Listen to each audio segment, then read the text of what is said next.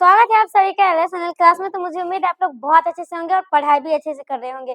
तो आपके जो है आपके लिए लेके आए हैं अभी टॉप 20 क्वेश्चन साइंस का, जो कि आपके एग्जाम के जो है एग्जाम के लिए जो है बहुत महत्वपूर्ण क्वेश्चन सब। ठीक है, तो मुझे उम्मीद है आप लोग इस वीडियो को लास्ट तक देखिएगा। ठीक है, तो फिर चलते फिर क्वेश्चन पे, और हर एक प्रश्न जो है आपके एग्जाम के लिए महत्वपूर्ण होने वाला है। ठीक है, तो चलिए फिर फर्स्ट क्वेश्चन यहाँ पे है कि किस दर्पण की फोकस दूरी जो है वो ऋणात्मक होती है।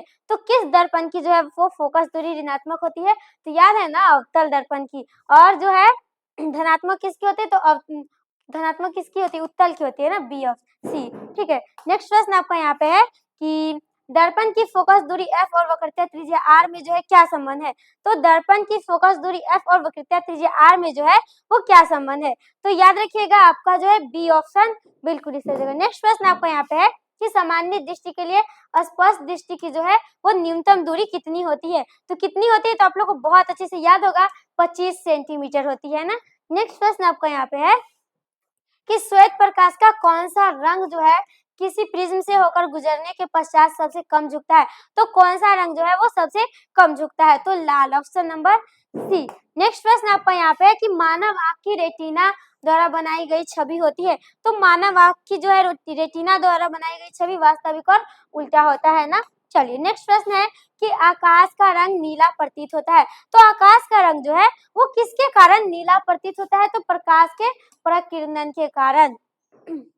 नेक्स्ट प्रश्न आपका यहाँ पे है कि किस दर्पण से वस्तु का प्रतिबिंब बड़ा बनता है? तो किस दर्पण से जो है वो वस्तु का प्रतिबिंब बड़ा बनता है? अवतल दर्पण से। नेक्स्ट प्रश्न आपका यहाँ पे है कि निम्नलिखित में कौन सा लेंस निकट दृष्टि दोष को जो है वो दूर करने के लिए उपयोग किया जाता है? तो कौन सा लेंस? तो अवतल lens, option number C. Next प्रश्न आपका यहाँ पे है कि निम्नलिखित में कौन उपकरण विद्युत धारा की उपस्थिति को जो है वो दर्शाता है? तो गैल्वेनोमीटर, ऑप्शन नंबर ए आपका बिल्कुल ही सही हो जाएगा। नेक्स्ट प्रश्न आपका यहाँ पे है कि दाएं हाथ के अंगूठे के नियम को किसने प्रतिपादित किया? तो किसने प्रतिपादित किया? ऑप्शन नंबर बी, फ्लेमिंग ना। चलिए नेक्स्ट प्रश्न आपका यहाँ पे है कि विभवांतर का एसआई मात्रक है। तो विभवांतर का एसआई मात्रक क्या है? वोल्ट हो जाएगा, ऑप्शन नंबर ए। नेक्स्ट प्रश्न आपका यहाँ पे है कि निम्नलिखित में किस संयोजन द्वारा जो है प्रतिरोध का मान जो है वो बढ़ता है? श्रेणीक्रम, समांतर, याद रखिएगा श्रेणीक्रम द्वारा। ठीक है, नेक्स्ट प्रश्न आपका यहाँ पे है कि चुंबकीय बल रेखा की प्रकृति होती है। तो चुंबकीय बल रेखा की प्रकृति कैसी होती है? काल्पनिक होती है, ऑप्शन नंबर ए। नेक्स्ट प्रश्न आपका यहाँ पे है कि किलोवाट घंटा जो है वो मात्रक है। तो ऑप्शन नंबर सी आपका जो है बिल्कुल ही सही हो जाएगा। ठीक है, किसके बराबर? तो ऑप्शन नंबर सी। नेक्स्ट प्रश्न है कि नवीकरणीय ऊर्जा का स्रोत है। तो इसमें कौन है जो नवीकरणीय ऊर्जा का स्रोत है? तो नाभिकीय ऊर्जा, सौर ऊर्जा। तो याद रखिएगा ऑप्शन नंबर बी। ठीक है, नेक्स्ट प्रश्न आपका यहाँ पे है कि कौन सा लेंस जो है अपसारी लेंस भी कहा जाता है? तो कौन से लेंस को अपसारी लेंस कहते हैं? तो याद रखिएगा अवतल लेंस को। ठीक है, नेक्स्ट प्रश्न आपका यहाँ पे है कि प्रकाश का प्राथमिक वर्ण कौन सा है? तो कौन सा है? तो याद रखिएगा लाल, नीला, हरा, ये सभी है।